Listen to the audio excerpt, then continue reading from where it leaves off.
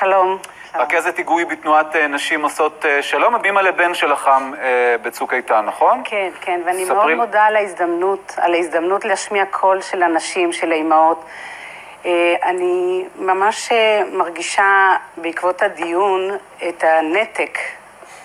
אנחנו חווינו טראומה, 50 ימי דיכאון, בדידות, ייאוש מאוד גדול. רגע, איזה נתק בין מה למה?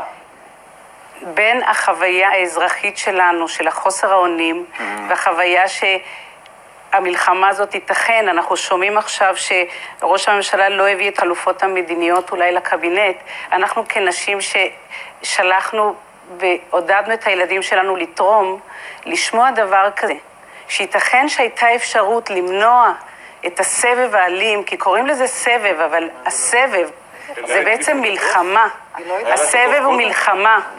ויש שם עשרות אלפי אנשים שסובלים מפוסט-טראומה. אנחנו בכלל מדינה פוסט-טראומטית, ואנחנו אומרות לא מוכנות לחכות. ומה עם הסבל של האנשים ביישובי עוטף עזה כבר כמעט 20 שנה תחת הרקטות? בוודאי, עליהם אני מדברת, עליהם אנחנו מדברים. בתנועה שלנו יש נשות ימין, מרכז בשמאל, יש נשות דתיות וחילוניות, יש נשים מההתיישבות, כולנו האימהות אומרות מספיק די, המלחמה לא מביאה ביטחון, זה נאיבי לחשוב שכל שנתיים אנחנו נהיה מוכנות לסבב הבא של מלחמה. לילי, אבל למי אנחנו מפנים, למי אתן מפנות את הקריאה הזו? חבר הכנסת יוגב, אני אודה לך אם לא תעזור לי. תודה.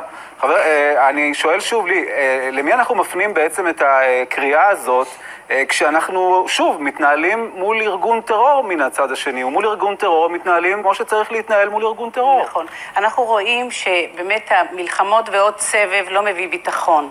מה שאנחנו אומרות, שאנחנו דורשות מההנהגה שלנו, להיות אמיצה בצורה בלתי רגילה, לחשוב על פתרונות יצירתיים, בנחישות להפוך כל אבן, שאנחנו נדע שאם חס ושלום, אחד מהילדים שלנו יאמרו קדיש על קברו, אנחנו נדע שעשו את הכל, אבל את הכל, בשביל שזה לא יקרה. אבל איזה עוד פתרון יצירתי? סליחה שאני מאתגר אותך קצת... לא, אני שואל, סליחה שאני מאתגר אותך בעניינים מדיניים, אבל את יודעת, עשינו את הדבר הכי קיצוני, כן?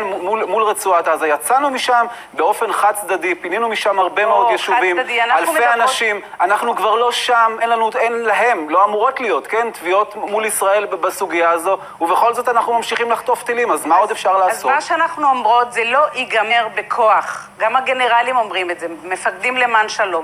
מאות גנרלים שפיקדו על אוגדות, כולם מודעים למגבלת הכוח. צריך פה הנהגה שתהיה מאוד אמיצה, ומבחינה אסטרטגית תבין שהגיע הזמן לחתור להסכם מדיני מוסכם ומכבד על שני הצדדים, וזה לא מה שהיה מול עזה.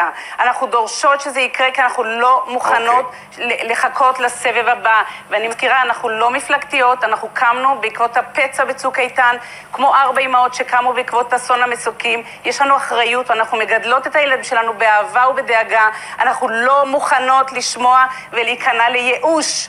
זכותנו להאמין שיש אופק מדיני, והנה פה הדוח של המבקר אומר שהוא לא הביא את החלופות המדיניות לקבינט. היו אלטרנטיביות מדיניות. איך זה ייתכן? איך זה ייתכן? נסתפק בדברים האלה ובקריאה הזאת שלך. אני מודה לך מאוד שבאת אלינו. תודה רבה לך. תודה. חברת הכנסת שלי יחימוביץ' מהמחנה הציוני, חברת ועדת חוץ וביטחון, מצטרפת אלינו. שלום לך.